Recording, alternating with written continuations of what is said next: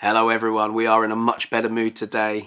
Despite the fact that the football had been good, disappointing results, a 5-win gameless run we've been on, but that has all changed with a scintillating 4-1 thrashing of top 4 rivals Newcastle at the Tottenham Hotspur Stadium in the Premier League. So I am Kieran from Speaking Spurs, talking all things Tottenham, and that's what we're talking today. We are talking about that game, and what a game it was. The fans deserved it. The conviction that Ange was asking for finally returned, and we could have had more goals. So still the conviction wasn't as convicting as it could have been. We should have definitely had more goals in the game. But making his first start since October, Richarlison converted not once but twice for Tottenham in the Premier League in a game. No goals for him ruled out for offside, no bookings for taking his top off. It was brilliant, and maybe this is now where we see a better Richarlison. He has been talking. Obviously, we know he's had his mental health issues, but also he's been talking about the injury that was affecting him for a long, long time. And Sonny's been talking about it as well, saying similar injuries. Sonny, in the end, made the decision to have the surgery. Richarlison has been saying that he's been having injections constantly to cope with the pain, and it just hasn't really worked. And the surgery was obviously worst case scenario. But for him, it came at a good time. He'd been left out of the Brazil squad, and that was mainly due to his performances anyway for Tottenham. Hadn't been great, and that was probably because of the injury. So he took that time out. So 2 weeks of the month that he was meant to be out for were taken up by the international break. Came back in, had a little bit of game time, and then back in right in the middle, and bang, bang, 2 goals with his feet as well. His first goal with his feet since he's come to Tottenham Hotspur. The rest of them have been with his head. But yeah, all in all, it was a better game. I think Ange making the movements helped. Obviously, I feel sorry for Lo Celso having to drop to the bench for Richarlison to come in. But ultimately, I think Kulusevski dropping back into the number 10 role, which he said he prefers Kulusevski out wide. Him dropping back into the middle in the number 10 role, Newcastle couldn't handle it. He's got bags of energy, and I think he's more effective when he's got the option to go both ways. When he's out on the wing, he's very predictable, goes down. When he gets near the edge of the box, likes to cut inside on his favoured left foot. When he's in the middle, can go both ways, to the point where he actually took a shot with his right foot in this game. And I think they couldn't cope. The defence is obviously much better for Romero being in there. We'll talk a bit about Romero and the stupidity that still exists with him. That definitely hasn't gone completely. But all round, the way we played, we were much quicker. I know a lot of us would have been panicking when once again we scored the first goal in the game, thinking, is it another game where we've scored early and we're going to hold on to it and then capitulate towards the end? But we didn't. At key moments in the game where we could have conceded, the defence managed to at least mop up what they needed to, which definitely helped. So yeah, we'll talk a little bit more about the players themselves, and then we'll do some stat talk and things like that, and talk a bit about what Ange had to say. So, Vicario in goal. Had very little to do really in the game whatsoever, but what he did have to do, he was pretty solid. Couldn't really do much about Joelinton's late goal. It was just where he was positioned at the time. He was never getting anywhere near it. Pedro Porro quickly becoming one of our star men after a rocky start for Spurs. He found Romero with an early corner which almost brought a goal. It was his crossfield ball that led to Spurs' second goal. He defended really well, hit a lovely raking ball into the path of Richarlison for the third goal, which, you know, he ran over to Postecoglou and they shared a big hug. Sent a chipped effort himself onto the roof of the net soon after, so the confidence is obviously brimming from him. And then had another shot saved after a nutmeg on the edge of the box. The shot was pretty tame. I think it was one of those, he tried to hit it to bounce in front of the keeper, but Dubravka, it was just a comfortable save. He fell onto it. It was very central. And then he hit a ball into Sonny's path, which led to the penalty. So yeah, an all-action display from him. And there are many players in this game that could have got man of the match. And I think Sky Sports actually gave their man of the match to Sonny, who in the interview himself said it belonged to Richarlison, Richie, as they call him. But Porro is a player that definitely could have got it as well. In centre-back, Christian Romero had the early header that we've spoken about from the Porro corner. He just brings a calmness, a strength to the back line. However, there was a late challenge on Wilson in the final 10 minutes that was reckless and could have resulted in worse punishment. And for me, I can't believe after a red card, where after his goal celebration in the game previous, he almost apologised to the Spurs fans, goes in with a challenge in that area of the pitch when we're comfortably in the lead. It's just something in his game that he really needs to kick out, and it's quite frustrating that he can't seem to do it even that close after having a red card. And it's weird because in the first few games of the season, he hadn't even picked up a booking, hadn't even given away a foul, and now all of a sudden it's crept back into his game. I don't know what it is, but it needs to come out. Centre-back partner for the game, Ben Davies, once again in there. And I think he's actually going from strength to strength, considering he's not a natural centre-back, and he's only good as a centre-back in a back three. He's done a very good job so far. He's Mr. Reliable, made a crucial last-second sliding touch that stopped Isak from basically having an easy tap-in. And that would have, well, who knows? It might have completely swayed the way the game went. And I just think, considering what he's had to go through, the berating from many Spurs fans over the years, he's becoming Mr. Reliable, Mr. Solid, and I don't think anyone can grumble about him being in the side. He's done very, very well. Udogie at left-back, a much better performance from him. He's been lacking something in the last few games. Got his first goal for Spurs 26 minutes in, and then had, a match that was full of energy. He was getting forward much better, and I actually think he did better with Sonny in front of him because they're both quick players.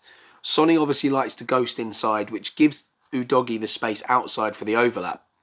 But what was more impressive was the role reversal, I know the inverted fullbacks, they tend to come in and create space in the midfield, but Udogie carried those runs in the midfield further forward. So for his goal, he actually created the whole thing himself, gave the ball to Sonny, continued his run into the box. And the reason why he wasn't tracked so well is probably because they knew him coming in. He's just a left back. He's not really known for his goal scoring capabilities. He was left, and then there you go. There he is for an instinctive tap in. So yeah, great game from him. Really happy with the progress.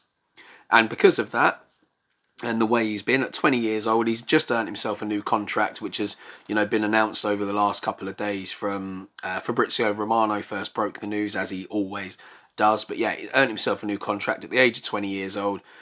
Absolutely brilliant, and glad we tied him down. Moving into the midfield, Dejan Kulusevski moving back into a deeper role inside, and he completely revelled in it. He was fantastic.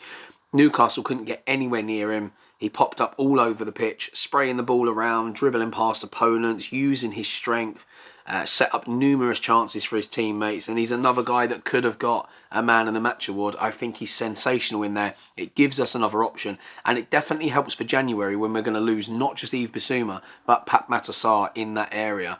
So we're not as reliant on having to bring Højbjerg in all the time, or even Lo Celso, because Kulusevski has got the determination of Højbjerg, but he's also got the ability to drive with the ball like Pape Matar Sarr, and then he's got a creative element like Giovanni Lo Celso, and he can shoot like Lo Celso. So it's kind of everything in one, and I much prefer him in the middle. Yves Bissouma, a better game from him. He's gradually getting there. Couple of loose passes, but yeah, as I said, much better day for him. He looks better with Sarr alongside him, I've noticed. With somebody that does a lot of the running, he can just do what he needs to do and ghost past players. And, a bit like he did where he gave the ball away in the previous match, cutting inside, that led to the goal. He does it a lot. But this time, I think when he's got Sarr with him, he takes less risks. But yeah, a better game from him. Then moving on to Sarr himself. Missed a really good chance from Johnson's pass soon after Udogie's first goal. Shooting isn't something he's necessarily renowned for anyway. I think had there been a more clinical player there, it would have been in the back of the net. He just completely mishit it. But you can't deny his energy, the way he runs, moves around the pitch, his composure. He gives confidence to players around him. And there was a moment where he tracked back. He was actually quite far away from the player. I can't remember who it was that was out on what would be Newcastle's left wing. He tracked back, managed to nick the ball, turn him, and get the play building again. Now, moving on to the front three, with Kulusevski dropping back into the midfield, it gave Brennan Johnson a chance to go on his preferred right-hand side, and you can see that there's way more confidence when he's out there. On the left, I feel he's quite hesitant at times, slows himself down, doesn't ultimately make the right decisions. On the right, where he played predominantly for Nottingham Forest, he's much better, put in a lovely pass which Sarr should have finished that we've spoken about. He then not long after gave the ball away in our own half, which to Isak for a dangerous Newcastle break. He hit the left-hand post with a powerful shot from outside the visitor's box. He then struck the inside of the post at the other end in the second half. We're actually looking at it once again. It was probably a cross. As you see in slow motion, just before he hits the ball, it bobbles up, which changes the direction of it. But nonetheless, constant threat. Newcastle completely terrified of his pace. And on another day, he could have had 2 goals and an assist. So well done from him. Sonny moved back out to the left. Another player that could have come away with the man of the match. And I know he actually did with Sky Sports. But as I keep saying, I don't really like him in the middle. It works against certain teams if they play a high line and he can creep in behind. Newcastle are a bit of a mixed bag, especially with their frailties at the moment with injuries. They did sit a bit deeper. So it's not the right game for Sonny to be in there. You need someone with better hold-up play, better strength, and that is Richarlison. But on the left, wow, he was excellent. He was back to his best. He picked out Udogie with the run for the low cross and did the same for Richarlison to make it 2 assists in the first half. And then he added his own with a penalty, which is interesting. It's our first penalty since Harry Kane left us. So yeah, he's the man that stepped up after making it himself, being brought down by Dubravka, which was, you know, Sonny did the right thing. Poor first touch. He drove the ball into the box quite poorly. The ball got away from him, and from that moment, he knew exactly what to do. Dubravka committed. He gets the penalty. Very good penalty. Very much in the mould of Harry Kane. Drilled it into that left-hand side. It went into the bottom corner. Dubravka guessed the right way, but the power on it just took it past him. And he mentioned in the game afterwards that despite Harry Kane being at the club, he always practices penalties and has learnt a thing or two from him. So, yeah. Then talking about the man in the middle, Richarlison. I feel like the surgery was the right thing for him. Without the pain, he said he feels 100%. Sonny talking after the game on Spurs Play, I think it was, at the side of the pitch, was saying that you can see Richarlison's movement is better. And by that, I mean the way he's running. It looks more comfortable, looks a lot smoother. He mentioned the word smooth a few times. And you could see that in the way he was playing. He was less hesitant. He was not as sulky at times. And I think the sulkiness has come from the frustration of the pain. Much better performance. I was just so impressed. He had an early shot that was deflected over the crossbar, battled away and got his reward with his first goal with his feet for Spurs before the break, then added a low effort through the keeper's legs. And what was good about his second goal, it was a decent run. Great ball, obviously, from Porro. But Richarlison's first touch wasn't great. But because of that, it actually invited Dubravka out. But from there, he improvised really well, and I thought the finish was very good. He never stopped working, was an important aerial presence from defensive set pieces, just as Kane used to be. Made several headers in our box. And there was a moment in the game where actually he made this great run back to track someone, stole the ball off them, then done a little bit of skill around them, only for Sonny to then run the ball out of play. It could have been a great move. But what I like about it is now he's got the ability to run more freely. You can see exactly how good Richarlison can be and how effective. I'm hoping this kicks him on and he will continue from here, because it will take the pressure off us to have to sign a world-class number 9. If Richarlison can start bagging goals, it actually gives Veliz a better chance of being able to settle in, come into games later on, and then become the striker we need him to be. Whereas you bring in another striker, you've obviously got them up there, Richarlison as backup, Sonny as backup, so Veliz then becomes 4th in the pecking order to play up front, and that's only going to hinder his progress. Now let's talk about the subs. Højbjerg was brought on to bring some fresh legs with his running. Did give the ball away in the build-up to Newcastle's consolation goal. And it was actually from a similar area that Bazuma gave the ball away in the previous game that cost us a goal. Now, what annoyed me about this one is all Højbjerg had to do was just look behind him. There was a pass at left back that he should have taken instead.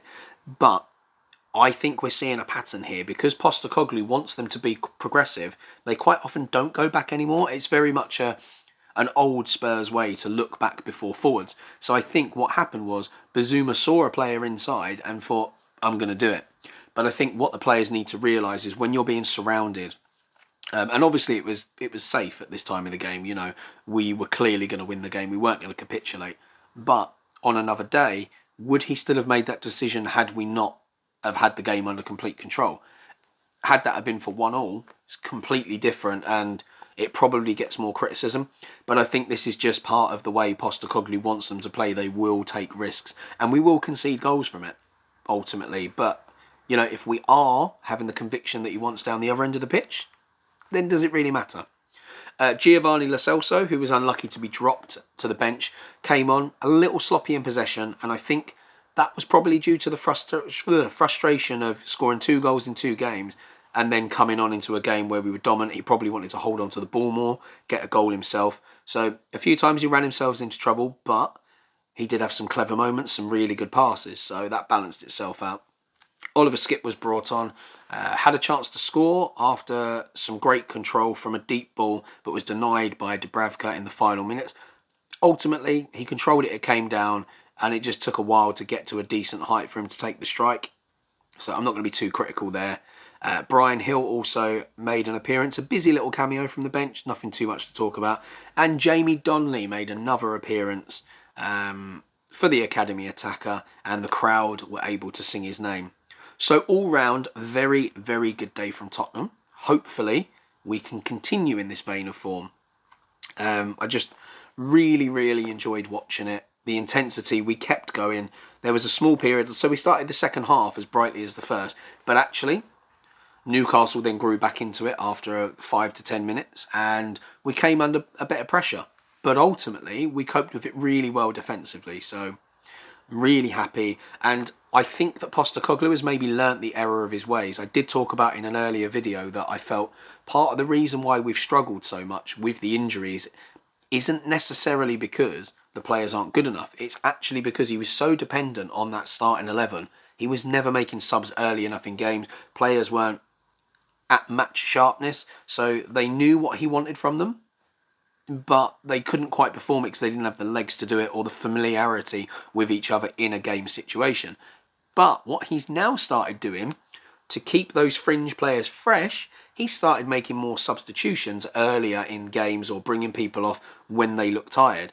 Bigger players, he's starting to protect them. So more people are now getting in-game experience of his style of football, which is really important. I don't know if it's just coincidence or he knows if we get too many more injuries, we're pretty screwed. So he's forcing himself to make the subs. What will be interesting is what happens when we get players back towards the end of January.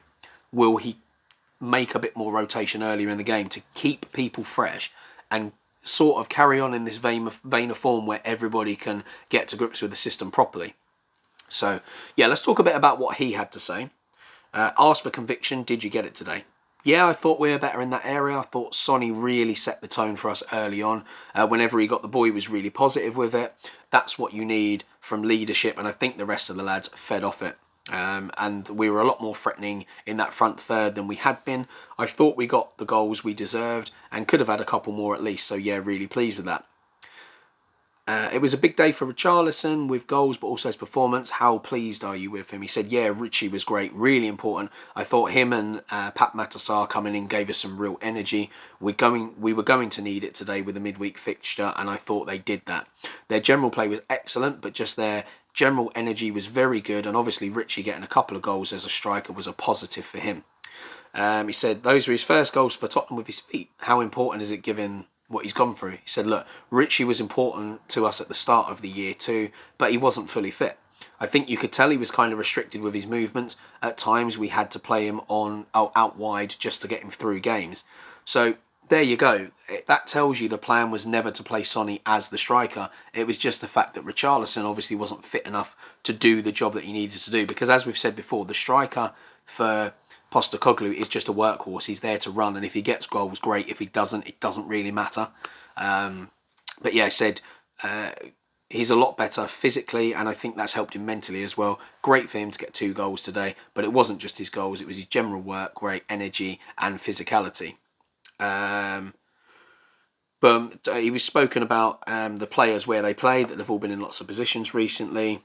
He actually said because Richarlison's healthy now, he thinks the striker is his best position, which it was. If you look back at his time at Everton, playing through the middle was where he was at his best. He didn't really like playing out wide for them. He said with Sonny, looking at the last few weeks, most of our chances and opportunities have fallen to the wide players. He's still our best finisher, as in Sonny, And I thought getting him back on the left wing gave us some more avenues to score goals. As I said, oh, hello. Where's that gone? As I said, getting him back on the left would give us some more avenues to score goals. And he set the tone early on. I think the rest of the lads fed off him. Now, what I like about him playing out wide is the fact that Sonny very much does as he's told from the manager. He doesn't keep putting balls in the air to people that aren't going to get them. Even though Richarlison is good in the air, ultimately the most dangerous place to drill the ball is along the floor into the box, because the keeper has to go to ground. He can parry it out. There could be an own goal. It could go out for a corner. A striker could get on it. There's just more possibilities because it's dangerous and you can hit it faster. If you hit a ball in the air that fast, I mean, it's not going to happen anyway, but it's more dangerous along the floor, and Sonny was very, very good at drilling those balls along the floor. He said, you've still got Mickey van der Ven and James Maddison to come back, but does it feel like the team coming back together now? He's like, yeah, look, I've been struggling with that a little bit all week because we're trying to build something here, and part of that is through tough periods to not allow the lads too much latitude in terms of excuses. But the reality is, and I've probably been too hard on them in retrospect, but we got decimated after the Chelsea game, and it's no coincidence that now we are getting some players back that we're starting to look a lot stronger. I mean, and also the fact that we only had 9 men against Chelsea. We were very much on top before that. I will not speak on Eddie Howe's behalf, but I can see what he's going through, and in this league, if you have 1 or 2 key players out, you're going to struggle. He said, yeah, you mentioned James and Mickey, but you missed out Bentancur, how important Perisic was. And we keep forgetting about Perisic. At the beginning of the season, him coming on towards the end of the games, providing assists and his experience, him and Højbjerg seeing out games, very, very important. He said, yeah, he was the one providing and Manor Solomon.